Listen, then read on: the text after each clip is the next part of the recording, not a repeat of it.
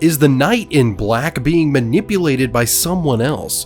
Golbez is the mysterious force who rules over much of the world of the void, and that's who we're sure to confront in the final chapters of Final Fantasy XIV Endwalker. But there's a strong chance someone else is pulling Golbez's strings, and that force could influence what happens to him, Zero, and the 13th.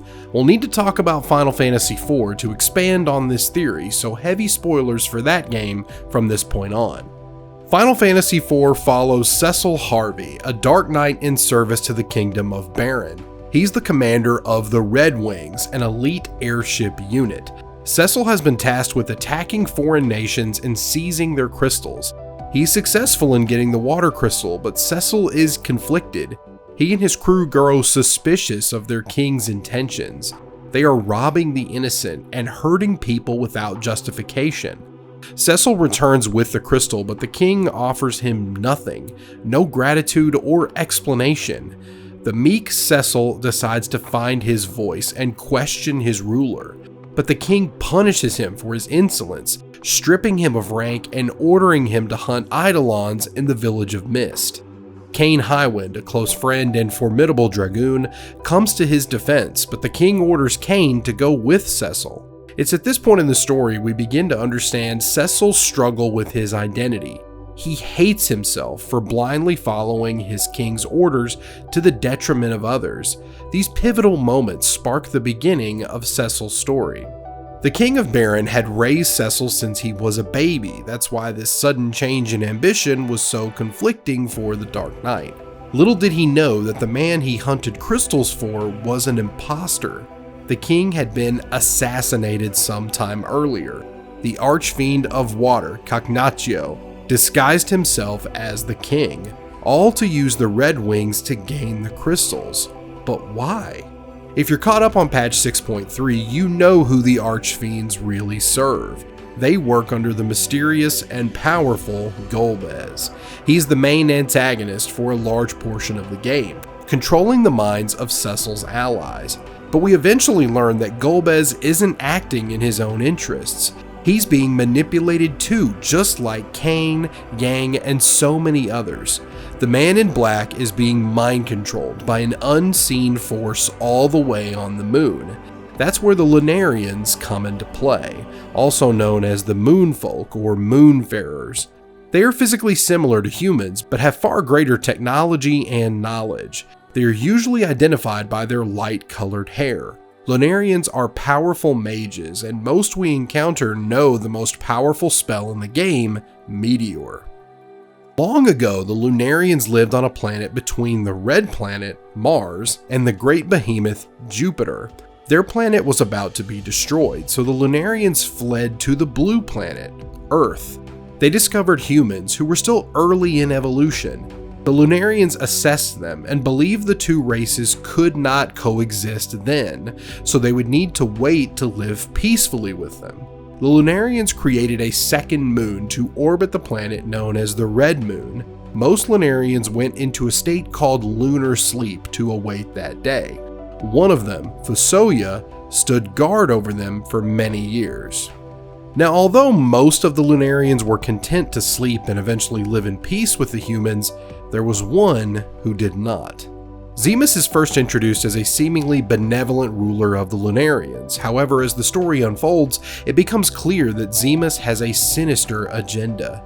He seeks to use the power of the crystals, which are the source of the world's magic, to create a new world in which the Lunarians will be the dominant race.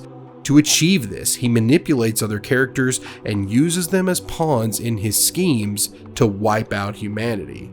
Ffxiv and the other Lunarians knew he was too dangerous, so they sealed him away. But even though Zemus was locked away in the moon, his influence remained active. He is a powerful psychic and sorcerer. Zemus can read the minds of others remotely. Now, strong feelings can interrupt his power, but his abilities make him formidable. That's why he reached out to one of the Lunarians, Theodore. He manipulates his thoughts, planting the seeds of corruption, turning Theodore to Zemus's side. The Lunarian becomes Golbez, seeking to gather the crystals and summon the Giant of Babel to erase all of humanity. Zemus uses his charisma and position of power to convince many of the game's heroes to do his own bidding. Now, one interesting aspect of Zemus that makes him a somewhat compelling character is his motivations. If you've played the game, you know that Zemus is nowhere near the level of complex villains like Emmett Selk. But he's not simply a villain who seeks power for its own sake. Instead, he is motivated by a genuine belief that his actions will create a better world for his people. This makes him a little more nuanced than some of the more simpler villains in the franchise. At the end of the game, Zemus is eventually confronted on the moon by Ffxiv and Golbez, the latter set free of the villain's mind control. They fight Zemus together and destroy his physical body. But Zemus's hatred and malice cannot be struck down so easily. He materializes from his corpse as Zeromus and attacks, wounding Cecil and his allies. Zeromus is incorporeal. Their attacks have no effect on him, even the powerful meteor. Golbez tries to use a crystal to render the villain vulnerable once again, but he can't use it. Golbez is tainted by darkness, so using the crystal is pointless. With seemingly no one left to stand, Palom and Porum sent Cecil in danger back on Earth. They and the other Mysidians lead Cecil's team in prayer. It gives them the strength to stand back up. Golbez gives the crystal to Cecil, saying he's the only one that can use it now. Their efforts render Zeromus vulnerable, and with teamwork they kill him for a second time. But as the villain fades, he issues a warning. He will always exist as long as there is hatred in the hearts of people. Zemus wasn't stretching the truth here. He does return in the sequel to Final Fantasy IV, The After Years, but he hasn't made an appearance in Final Fantasy XIV, so where could he come into play? It's important to note that the Endwalker expansion is full of Final Fantasy IV references. Golbez, the Archfiends, the Moon, the Watcher is a reference to Ffxiv right down to the color of his cloak. And there are plenty of musical references too. If that much is already being used, Zemus could be coming too. Dialogue in patch 6.3 suggests Golbez's current goal isn't his own, and that he's putting aside his own ambitions for what's happening in the 13th reflection. Rubicante wonders if the party can remind Golbez of what he really wants. This could imply that the Knight in Black is being manipulated, just like in his original game. A big part of Golbez's character is atonement for past sins. Maybe Zemus is revealed as the one pulling Golbez's strings. We do see Golbez's throne is deep inside the 13th moon. In fact, it's right where a shard of the Dark Primal Zodiarch was sealed. And in a brief flashback in 6.2, we see Golbez swinging his sword against what appears to be the Watcher, at least the Watcher that could be on the 13th. This is speculation, but what if this shard of Zodiarch reached out to Golbez?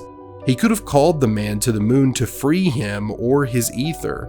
Or maybe Zemus is some other entity on the moon who wanted Zodiarch's ether for his own ambitions. We know Zemus has the power to control minds, and someone who may have had her memories tampered with is Zero. Her mind is fuzzy, and she only remembers bits and pieces of the past. It's clear she'll play an important role in whatever happens in the 13th. So maybe Zemus was using Zero at some point and discarded her for Golbez. We know Zero is special given her birth, her powers as the last Memoriate, and because of the Warrior of Light restoring her original form. And speaking of that restoration, remember what the Warrior used to do it? A crystal of light from Hydaelyn that the party used to track Meteon. Y'shtola gives it to the Warrior, thinking the light inside may prove useful in the 13th, a world blanketed by darkness. Perhaps we'll see this same crystal used to make Zeromus vulnerable in a future story chapter. We can even see Golbez try to use it if he turns back to the side of good, only to encourage Zero and the Warrior to do it instead. There are lots of possibilities, but I think there's a very good chance we'll see Zemus in some form as the Void story wraps up. But I want to know what you think. Tell me your theories in the comments. And if you enjoyed this video, throw it a like and subscribe so you know when new ones are published. Take care, warriors, and I'll see you next time.